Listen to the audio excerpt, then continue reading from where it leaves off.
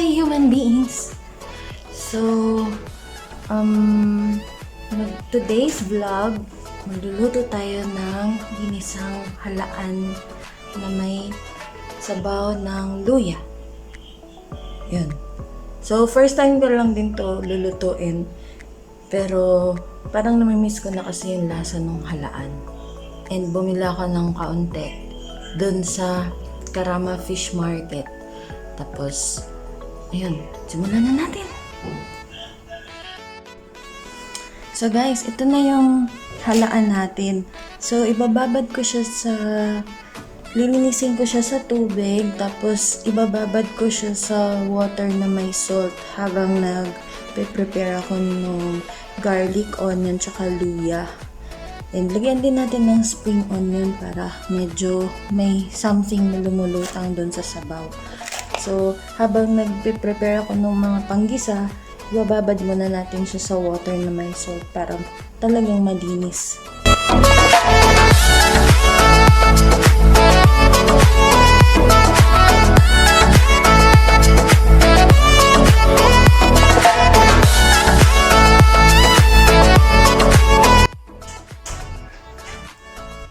Then, prepare muna natin yung bawang and sibuyas. Ay, natanggal yung isa. Yan. Ito guys. Yan. Dalawang bawang. So, maraming bawang, sibuyas. At the main ingredient is the luya. Bawang, sibuyas, and luya.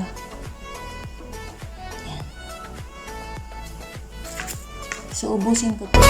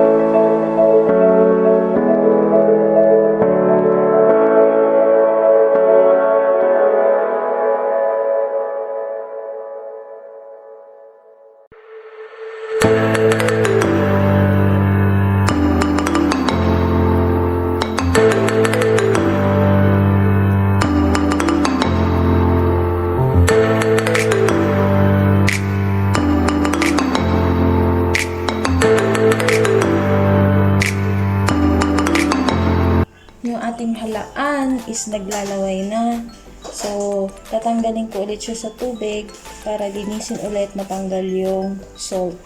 So, wala naman siyang mga buhangin guys. So, maganda yung nabili natin na halaan. Kasi, walang mga buhangin.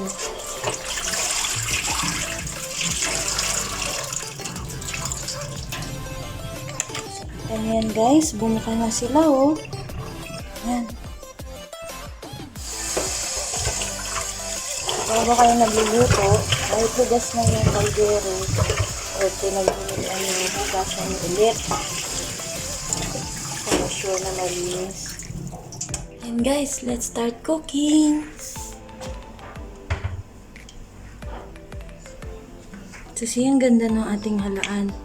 So, nakabuka na sila lahat. Ibig sabihin, naglaway na sila. Tapos, na-release na yung mga kung anong toxins yung nasa katawan nila. So, malinis na to guys. Ayan guys, medyo mainit na yung ating mantika. So, kalat lang natin para even yung paggisa. So, bawang at sibuyas guys.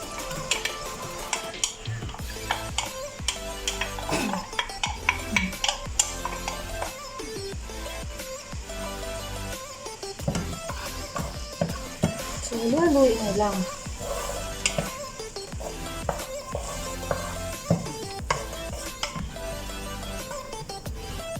So, Antayin mo na natin mag-golden brown. Maya-maya lalagyan na natin itong si brown bowl. Brown po yung pangalan niya. Guys, ako talagang isa pag maraming bawang. Ayan, takpan muna natin para talagang maluto yung bawang. Wow, ayan na guys.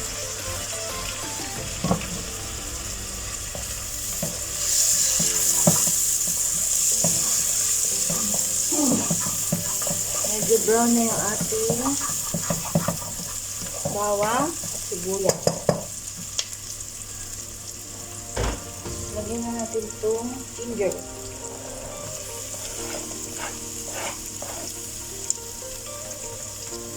At yung halaan.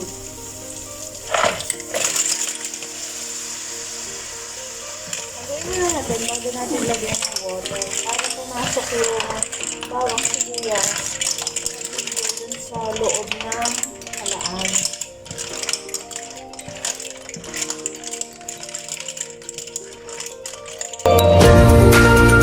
So, ilalagay ko pong pampaalat is patis. Hindi po ako maglalagay ng rock salt kasi baka masyado ng maalat. Gawa ng maalat na rin yung halaan. Tapos nilagyan ko din siya ng binabad ko din siya sa salt kanina. So, ayoko ng salt na naman ulit. So, patis, at least seafood. Galing din siya sa seafood, which is fish.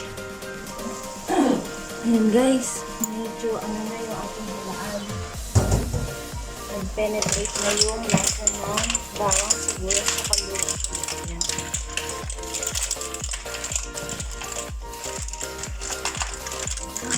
Dami.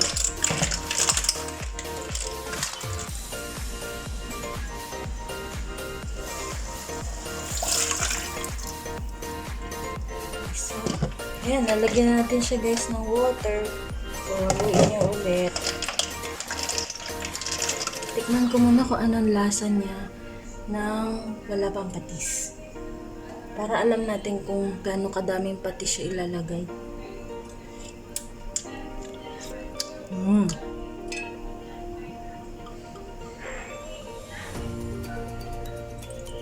Ayan guys, dalawang kutsara nilagay kong patis. Tapos tikman na lang ulit natin. Kasi mahirap umalat ang sabaw. So, takpan natin. Antayin lang natin siyang kumulo. Yay! Yan. So, bumukhang naman na yung iba. Ibig sabihin, luto na. Pero yung iba, hindi pa. So, ibig sabihin, ayaw ko na naman dito. Yan. So, ito. Yan. Bukang-bukang siya. Ready to eat na daw siya. Yan. Ito. Yan. Ready to eat na daw siya. So, konti pa guys. Kailangan pa natin magising ng iba. Konti pa guys. Mga 10 minutes pa. Ayan guys. Kulong-kulo na yung ating halaan sa luya soup. So, magsalang na tayo ng isang serving. Magpapatikim tayo kay Karen. Yan. Gusto ni Karen mas maraming sabaw. So, bigay na natin sa kanya.